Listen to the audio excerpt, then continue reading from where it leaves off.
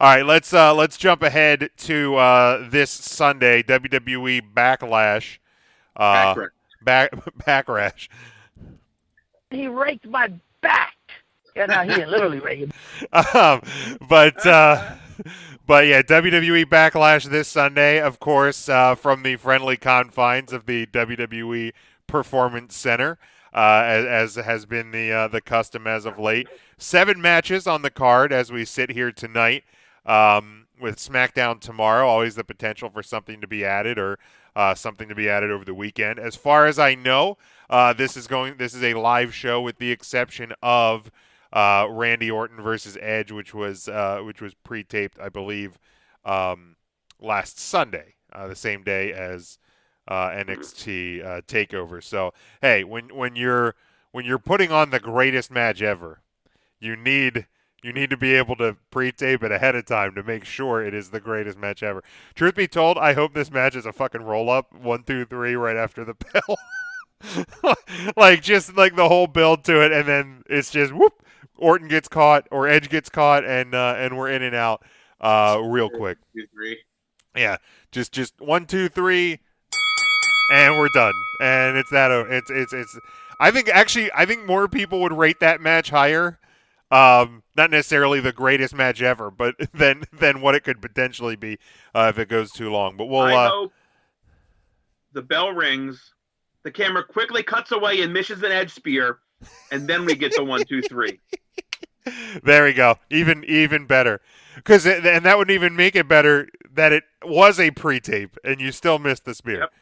All right, we're gonna start at the bottom, work our way up. This is from the Wikipedia card. So we have Apollo Crews defending his United States Championship against Andrade. Of course, Andrade earning the shot here this past Monday on Raw. Intern Mark and I and Tim, I got their picks earlier today. We all have Apollo retaining. You run the risk of playing the hot potato with the U.S. title, and I like what they've been doing with Apollo. I called it back when he had the injury that took him out of the Intercontinental title tournament. I'm like, I think this is going to lead to him getting the U.S. title. So I'd like to see him continue with the run. So all three of us have Apollo. Ryan, what do you got? Yeah, this is going to be an A- match, so definitely Apollo. Matt, go ahead. Yeah, I mean, Apollo Crews. Although if Vince was truly woke, he would see what's going on with Terry Crews and probably take the belt off of him. Yeah, potentially.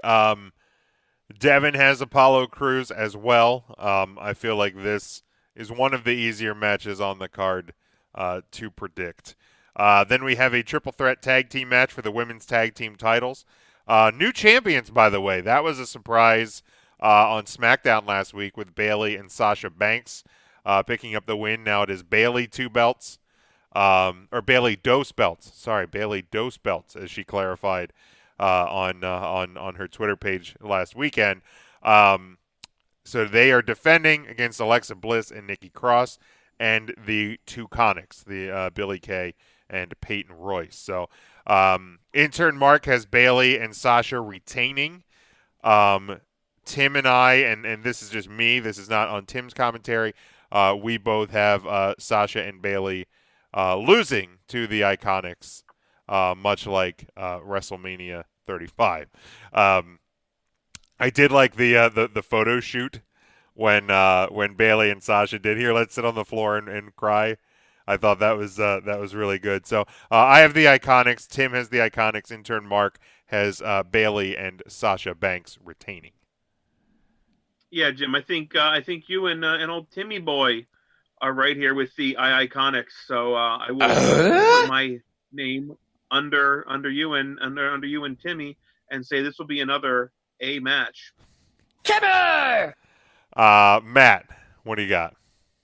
I mean, I think it will be an actually good match. I don't know necessarily that they're going to take the belts off of Bayley Dose belts. and Sasha real quick, but makes sense. Some more pettiness on Twitter from Sasha. I think that's the best Sasha that we get on social media. So I'd like to see it, but I think Bailey and Sasha retain. All right.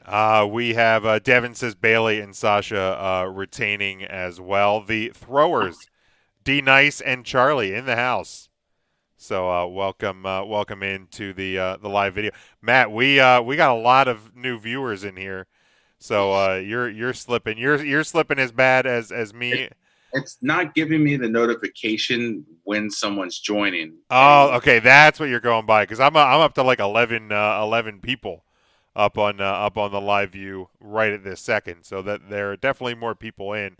But Ryan, I like your name on the screen. If you're only listening on the podcast audio, you need to jump over on our Facebook page, on our YouTube page, and see the video, and you'll know what we're talking about when we're talking about the names on the screen. Really digging deep for this one. I hope you enjoy. All right, I will wait here. I already enjoyed I'll give us the next match is a singles match between Jeff Hardy and Sheamus. Oh my God, that's a good one. So Mark, Tim, and myself, we all have Sheamus picking up the win here. This match, like I hope it's good. Like I don't have a lot of expectations for it. I hope it's good, but we'll see. But we all have Sheamus picking up the win. Yeah, I think this one's probably going to go 22 minutes, and it's going to be a just a barn burner. Probably an A+ match here, but yeah, Sheamus. Okay, thank you, Ryan. Matt, what do you got? Definitely do own a Sheamus t-shirt, so I'm just based on that, I'm picking Sheamus. Which Sheamus shirt do you own? It's actually one that I got on eBay, and I've never actually seen him wear it, but it just says like Sheamus across, and then there's just some like Celtic symbols behind it. I had like a fan-made shirt that I ended up with, but I had the one. It was like a red like blotch of paint. And it had like that like coiled up like snake logo or whatever he has, and it was a cool shirt. But the thickness on the red like paint stripe, it was like a freaking chest plate. It was worse than a John Cena t-shirt. Like you would wear it, and if it wasn't like 20 degrees or lower, like because I'm fat, like the chest sweat under that chest plate was absurd. I'm like, this is not okay. Why would you ever put like this much printing on a shirt? Completely unnecessary. Ridiculous. a lot of growing up to do. A lot of growing up to do. The Cesaro Real American shirt was just as bad as that. Yeah. I know exactly what you're talking about. It just pulled you forward. There was Yeah, so much fucking you're paint like, on it. you put it on and you're oh crap. It's weighing me down. It's like an anchor. Because you had the exact opposite problem then with the Sasha Banks legit boss shirt, right? It was like, oh my God, that right? Like the yeah, and you know what's funny is like I bought the new Edge shirt. You know, obviously it's a fat size. The printing on the new Edge shirt is like crust to tip, man. It is like just under the neckline, all the way to the bottom of the shirt. Fantastic. I loved that legit boss T-shirt. I get it, and I'm not even kidding. Like, if you're looking on the screen, the printing was this big on a 4XL. And, I took a picture of it, and I even emailed it to the WWE shop, and I'm like, this is a joke, right? Like, you guys were printing a bunch of, like, kids' mediums, and somehow a 4XL fell onto the printer, and you just sent it out. Like, you're going to send, and they swore, and I wish I would have kept the email, but it legit, it actually said, it was like, no, this is how the shirt's supposed to be. We use one printing for every, I'm like, no, you don't. I've bought merchandise before. I've never seen printing this small on a men's 4XL. It was the dumbest thing I ever had. I ended up. I mean, I ended up wearing it became a work shirt for me. But like, yeah, it was ridiculous. You still have that shirt? What's that? You still have that? No. That ended up like at Goodwill or in the trash, one of the two. But yeah, I really I should have kept it as well, like just for the humor factor. But I can't believe you never had a League of Nations shirt with Sheamus on it. I that sounded like that would have been right up your alley. Who, The me? whole League of Nations. Yeah. I had I think I had the Rusev League of Nations. Okay. It was either Rusev Okay. or Barrett, I believe. One of those two. I had the League. And those were neat shirts. I actually did enjoy. I actually did like those. I have one. I actually might have the Sheamus one of there. I'd have to look. Oh, solid. Devin has Jeff Hardy picking up the win over Sheamus. Drunk. Singles match for the Raw Women's title. We got Asuka taking on Nia Jax. Myself, Tim, intern Mark, we all have Asuka retaining. I just again I don't see them moving this title. I actually only have one title change, and I already predicted it. So, but if there was another one that was going to move, I feel like it would be this one. Like just the way that the stories kind of progress. Now I know Nia got the upper hand this past Monday, so historically speaking, and I don't think we ever got Tim to do the homework on this one to find out just how accurate it was. I think one of his first assignments after he joined the show was to dig back years into the archives and find out just how many times that theory held true. But yeah, I'm like I said, I'm picking Asuka, but I wouldn't be shocked if Nia walks out with the Raw Women's title. I also have Asuka winning here, but I have Asuka breaking one finger and losing an eye by the hands of Nia Jax. Okay. All right. So who really is the winner here? I don't know.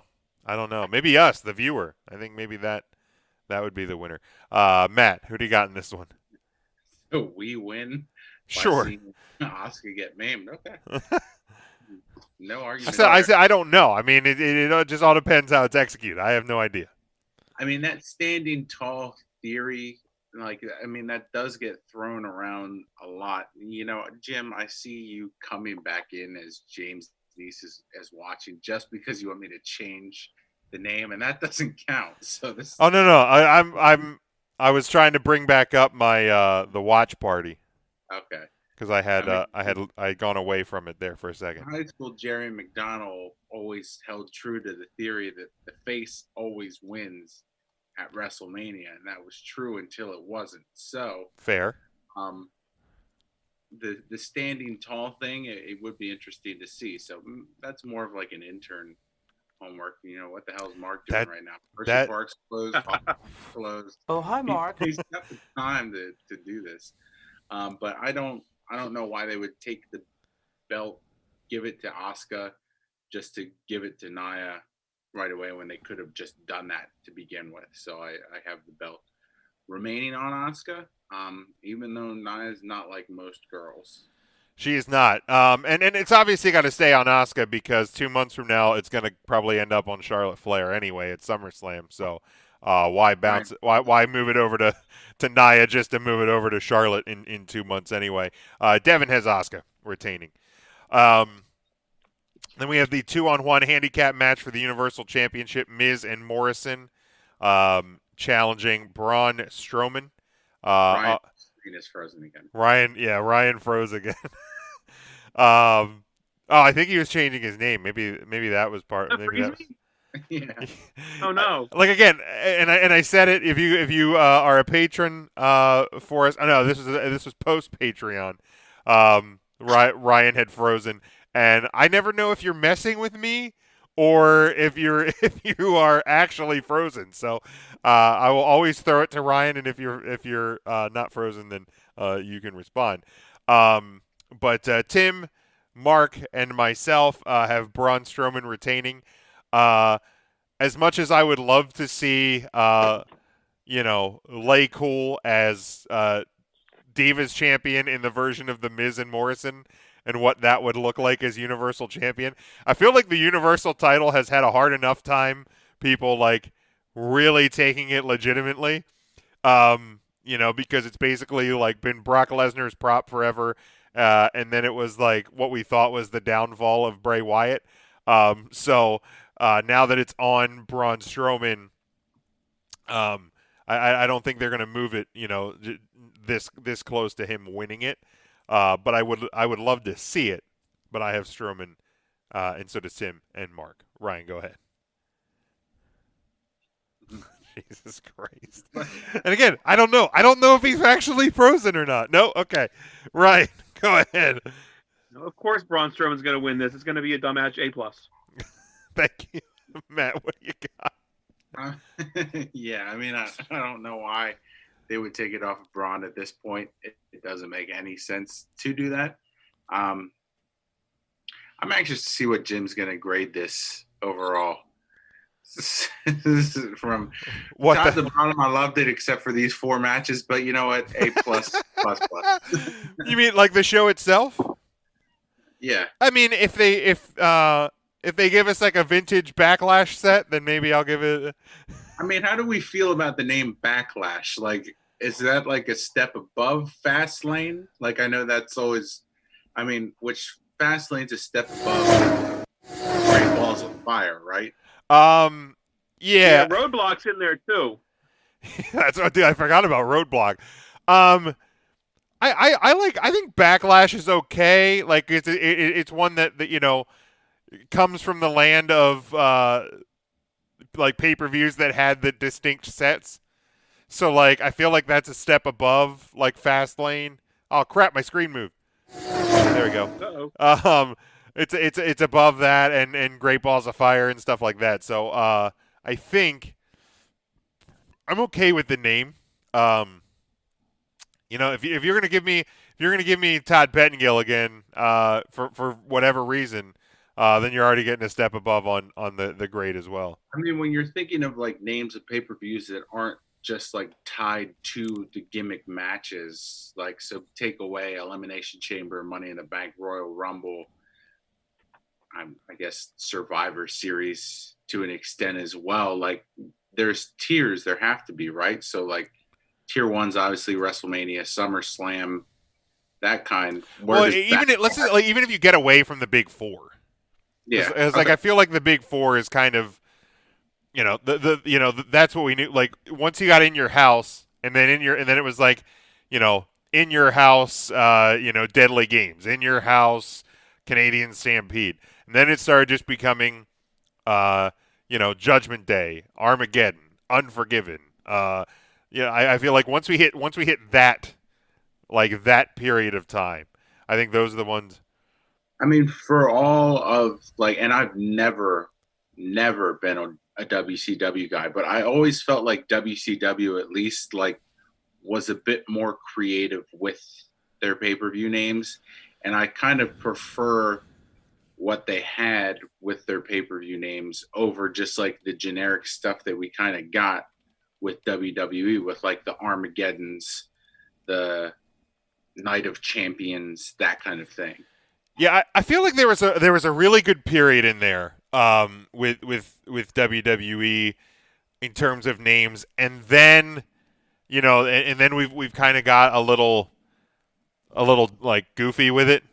Like when you got down to having a TLC pay-per-view and you have one TLC match, or Elimination Chamber pay-per-view and you only have one Elimination Chamber match. Like when you get into the early 2000s, you had like No Way Out, Backlash, Insurrection. This was 2001. Judgment Day, Invasion, Unforgiven, No Mercy, Vengeance. Like I thought Just listing off Creed albums right Like I didn't think those were that bad. Armageddon is probably one of my more favorite like non Big Four pay-per-view names that they ever had. And also part of it too was, and I'm not a person who's necessarily in favor of bringing back a unique set for each and every single pay-per-view. Like if you have, I think you could have Royal Rumble stand on its own now because you're doing them in baseball stadiums. But I think if you had like a SummerSlam set, a Survivor Series set, WrestleMania also stands on its own. But then if you had like a set for the rest of the pay-per-views, and then and again you could kind of steal it from AEW, you kind of just have other props around, that would differentiate Backlash to, Unforgiven. I don't know what those props would be, but just that it's different than a Monday Night Raw, it's different than SmackDown, but you don't necessarily because custom staging is crazy expensive too. Like some of those things that WWE did in the early 2000s, I don't even want to know what those pay-per-view sets would cost now for one night. Like right. But yeah, the names, especially in recent years, have definitely gotten a little out of control. I mean, at the same time, they could probably auction off those like pieces of those sets, and idiots like us would be like, "Oh well, yeah, I want well, you're not wrong." Oh, yeah. Like I think 2017, and I think that was the year with like the most pay-per-view events too. But like you had Elimination Chamber, and then you had Fastlane, you had Payback, Backlash, Extreme Rules, and again, how many of those matches were Extreme Rules matches? Money in the Bank, Great Balls of Fire, Battleground, No Mercy, Hell in a Cell, TLC, Survivor Series, Clash of Champions. Yeah, when did they give us Roadblock? That was Roadblock was I think a once and done, wasn't it? Yeah. That was 2016. Roadblock, End of the Line. And did Extreme Rules give us the stairs match? I think that was the TLC. TLC, tables, ladders, chairs, and stairs. God, real bad, real bad. Jim, I know you're. I'll give you a spoiler here. Unfortunately, there's no mention of the stairs match in the Big Show show. Oh I'm man! sorry if you were why am I even going to watch it? You don't have to. No, I do. I started it. I gotta see this thing out. Backlash, the name dates back to what 1999, I think, was the first year. He raked my it back. took a bit of a hiatus and then came back to us just recently. We only had a few of them, I think. So I don't know what it was called between, I think 2010, 2009. I think some of those is probably where we got the Great Balls of Fire, and we got Fastlane got introduced and things like that. It at least made sense in what they were talking about, like the Fastlane to WrestleMania. Great Balls of Fire was just like, what was the logic behind Great Balls of Fire? They needed an excuse to use the Jerry Lee Lewis song. Like the rest of the right, they found the rights to Jerry Lee Lewis in a briefcase. Vince found the record. He was cleaning out his office and goes, "God damn, this is good shit, pal. Jerry Lee Lewis." Like the rest of the stuff is stuff I could see like Triple H just like having tattooed on his body, like, "Hey, no way out on my back." No, that's on Steph's back. There's no way. No, that was bad. That was Backlash originated in '99, so it went '99. Okay. It went all the way through to 2009. So it had 11 events, '99 through 2009. They brought it back 2016, 2017, 2018. Okay. It took last year off, and now it's back. Why not? Yeah, why not? Yeah. I pulled up the 1999 Backlash card. It's surprisingly good for that time. They had heat on so we had 4 heat matches, which I can't believe they crammed 4 matches. 4 matches onto a heat show. Nicole Bass and Val Venus took on D'Lo Brown and Ivory. Wow. That match lasted 1 minute and 43 seconds, so you understand the That's time how frame they got we're in. 4 matches on Heat. Got it. Draws and Prince Albert defeated Too Much in 1 minute and 9 seconds. Kane defeated the Big Boss Man in 2 minutes and 45 seconds. Okay. And Viscera defeated Test in 2 minutes and 9 seconds. Okay. The longest match on Heat was 2 minutes and 45 seconds. Well, because the thing, too, those Heat shows, they also used it as the free-for-all to promote the pay-per-view, to get you to buy the show. So I'm like, how are you going to cram 4 matches and promotion into 40 minutes of TV because there was commercials?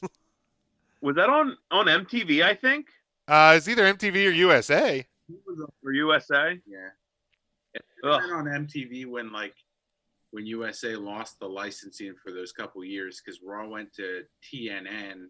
Which turned into Spike. Okay. Right. And then... Yeah, that makes sense. Probably went to MTV at that point. So what did the rest of that card real quick? The main card was the Ministry of Darkness, which was Farouk, Bradshaw, and Midian. They defeated the Brood in 11 minutes and 38 seconds. Okay. Al Snow defeated Hardcore Holly in a hardcore match, which clocks in at 15 minutes and 27 seconds. Wow. So maybe that's when we go back and do a watch along with, because what the hell took 15 minutes in that match? Yeah, write that down. Somebody write that down. That's it. That'll be a good watch along. The Godfather defeated Goldust with the Blue Meanie. Okay. For the Intercontinental Championship, that's 5 minutes, 12 seconds. The Godfather was the IC champion at the time. The New Age Outlaws defeated Jeff Jarrett and Owen Hart. That determined the #1 contender for the Tag Team Championships. Mankind defeated Big Show in a Boiler Room Brawl match. Wow, okay. Triple H defeated X-Pac in 19 minutes and 19 seconds. That's a long match. 20-minute X-Pac match? Wow. What's going on? The Undertaker defeated Ken Shamrock. That match was 18:53, so just under 22 minutes. And the main event was a no holds barred match for the WWF Championship. Stone Cold Steve Austin defeated The Rock. Okay. Huh. Matt's favorite wrestler, Shane McMahon, was the special guest referee. Oh, where's the damn... There it is. Here comes the money. Here we go. Money talk. Here comes the money. Money. Dollar. I like how Matt just looks off the screen when that plays. He's like, nope, looking away. It's the Russ Vitale disgust. The look of disgust. Face. The look of disgust. Where's the gabagool? Denise checking in because Charlie is putting together a desk. He's not allowed to come out and play, but Charlie said at least it's not Coastal Crush. Which was that? Was that a WCW pay-per-view? No, I think he's thinking Crush like the Hawaiian Crush, right? No, well, we were talking about pay-per-view names and bad pay-per-view names. Oh, Coastal Crush. Unless I'm a Sounds little like a goddamn 7-Up drink. Unless I'm it looks Pre-done. NWA Clash of Champions number 11 was named the Coastal Crush. That was No shit. June 13th. Oh, we're almost at the anniversary. We're almost at the 30-year anniversary of that one. June the 13th, 1990. NWA Clash of Champions number 11 was the Coastal Crush. It was in Charleston, South Carolina. So there we go. Didn't know that. There we go. That one was main evented. The NWA World Heavyweight title. Junkyard Dog defeats Ric Flair with Ole Anderson. Flair was defending the title. That was by DQ. 6 minutes, 37 seconds. So there we go. Right by the Dairy Queen. Coastal Crush. All right, Devin had Braun Strowman winning that one. Matt, did you predict this one? I lost track. Ryan, did you predict this match? What match? Strowman versus The Miz and Morrison. Hey, ho, ho. Yeah, Braun Strowman. Strowman, okay. I honestly couldn't remember it got that far away from us. That We really went down the rabbit hole. we absolutely did. Hey, I'm fine with that. I am absolutely fine. I thought I had a Braun Strowman soundbite somewhere on here. Ah, hell, I lost it. Was it? I think it's the one where he was running. There it is. The theme song wasn't shout his own name. All right, we got the singles match for the WWE Championship. Drew McIntyre defending against Bobby Lashley. Bob! I have McIntyre retaining. So does Mark and Tim.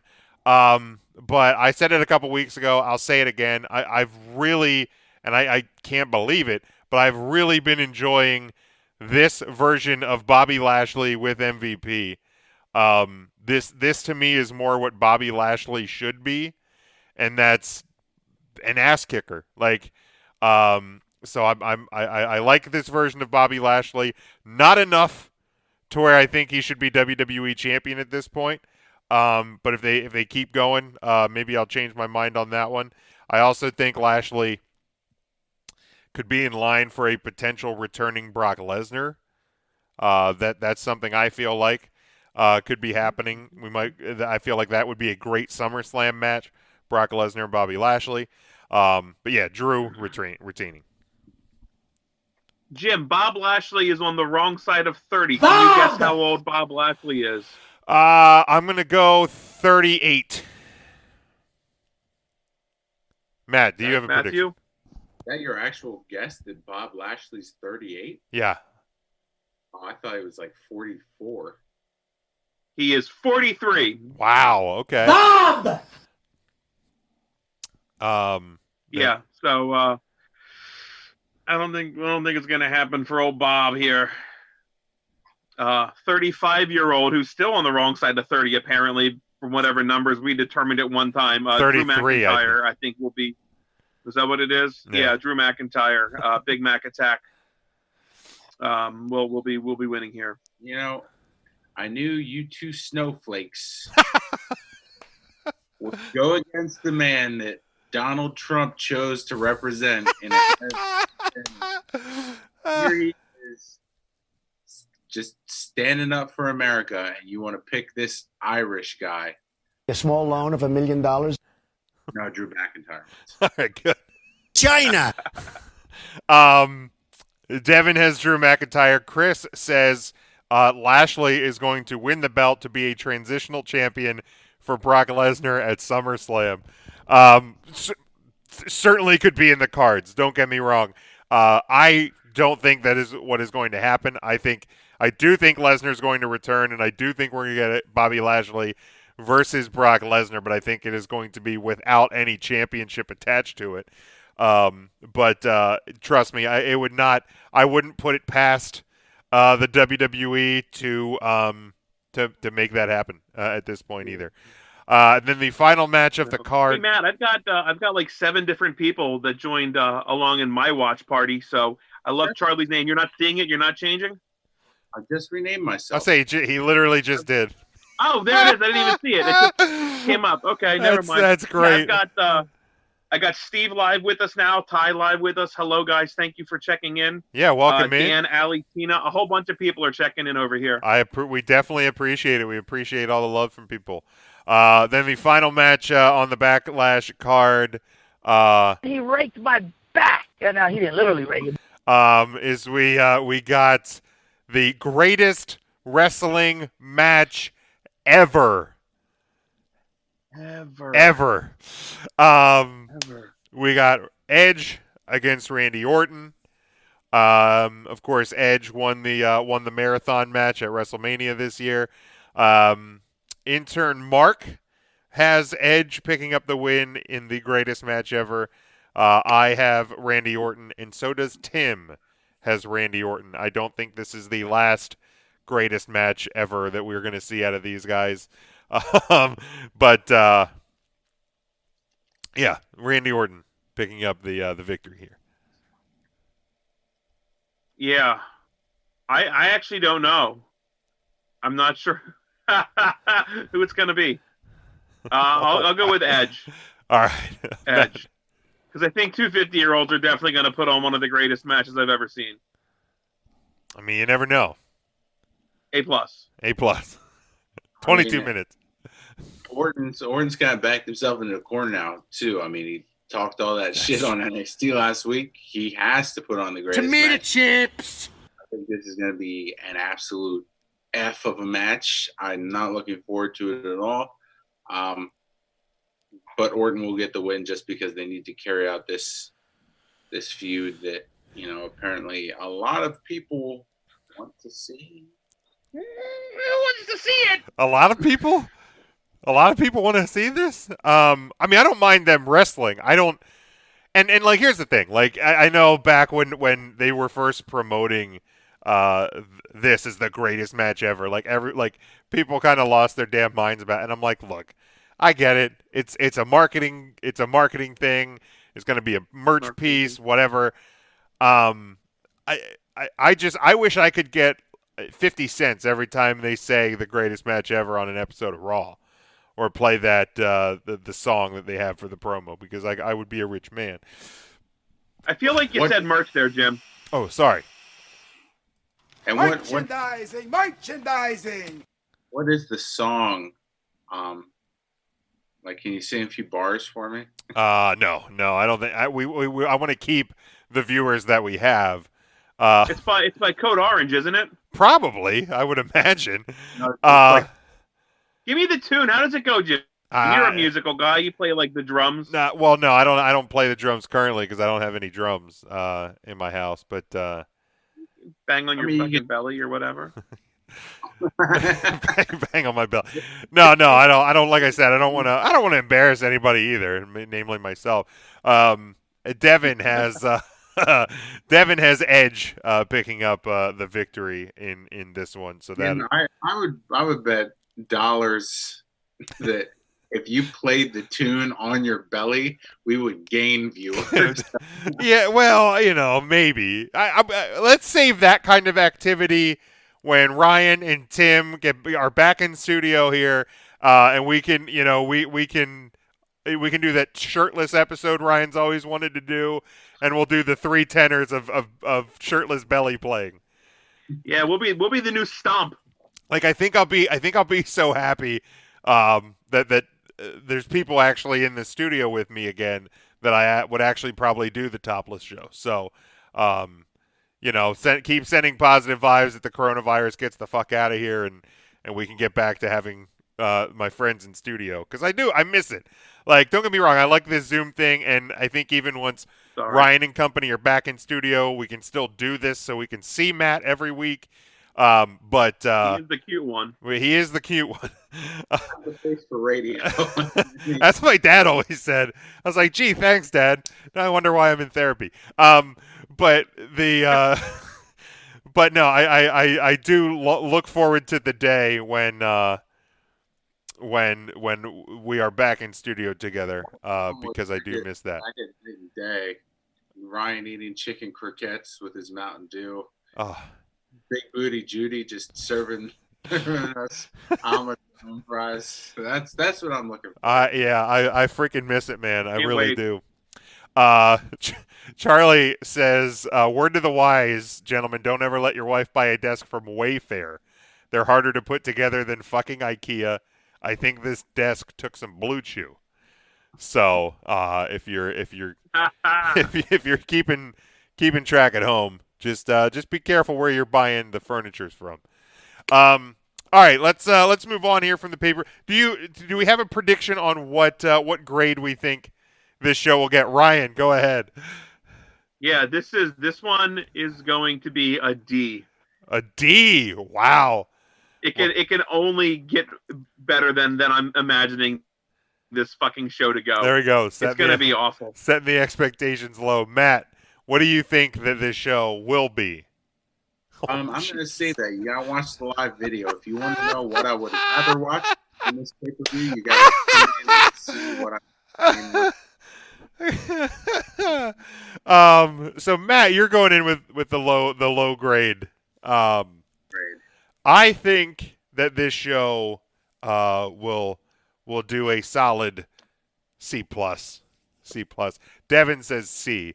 The question of the week, the old The 3 count question of the week. I said, which match are you most looking forward to? I'm gonna The last one. the Matt, go ahead. Which match am I Most looking forward to? say the women's tag match. The women's tag. I'm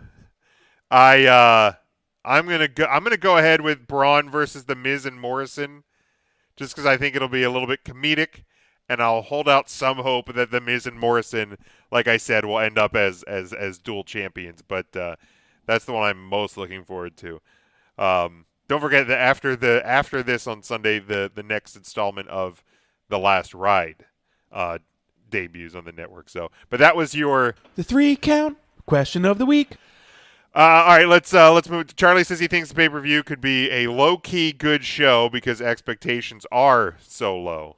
Charlie, when they ship you the desk and you're putting it together, just word to the wise, the glue, you're not supposed to sniff it. I'm sorry, man.